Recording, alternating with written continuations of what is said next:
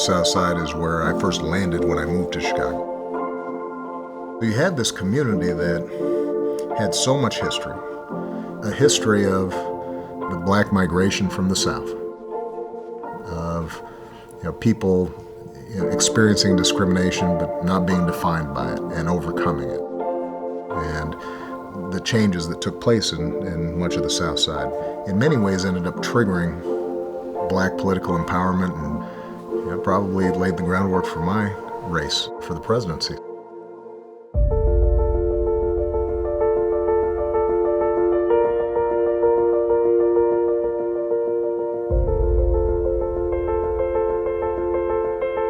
The World's Columbian Exposition of 1893 took place in Jackson Park and was a celebration of the 400 years of progress Americans and really the Western world had accomplished.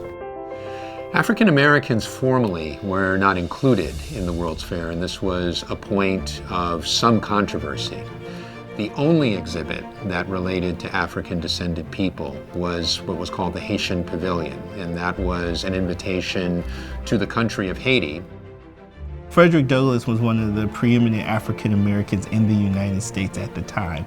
A man who was born into slavery, who escaped slavery and rose to be one of the leading abolitionists in the United States.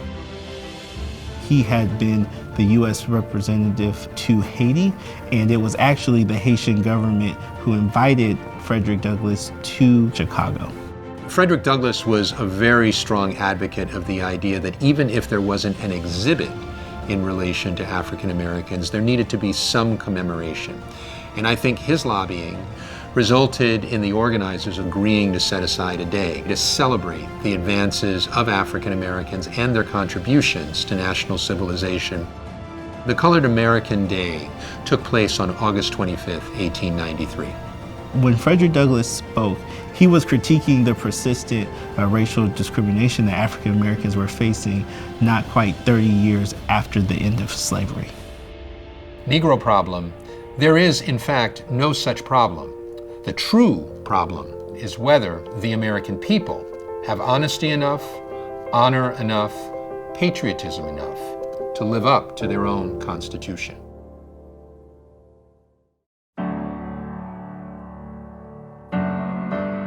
So this is where Frederick Douglass marker is in Jackson Park. This is where the Haitian Pavilion was. This is where Douglass held court.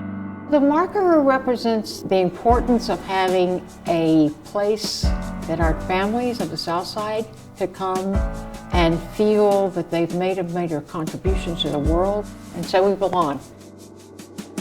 The significance of Jackson Park as a site that brings the contributions of Frederick Douglass in 1893 together with the contributions of Barack Obama and having his presidential center located there, it closes the circle around understanding what it means to appreciate the length of the struggle to enfranchise African Americans, to have their voices counted, to recognize their capacities and powers of leadership. I think what Douglass did was what so many people have done through their life. They come to the city, they see conditions that they don't like, and they find a way to try to make it different. And that, I think, is a legacy that speaks tremendously about why the African American community in this city is so powerful. Progress in this nation happens only because seemingly ordinary people find the courage to stand up for what is right. Not just when it's easy, but when it's hard. Not just when it's convenient, but when it's challenging. We don't set aside this month each year to isolate or segregate or put under a glass case Black history. We set it aside to illuminate those threads, those living threads that African Americans have woven into the tight tapestry of this nation, to make it stronger and more beautiful and more just and more free.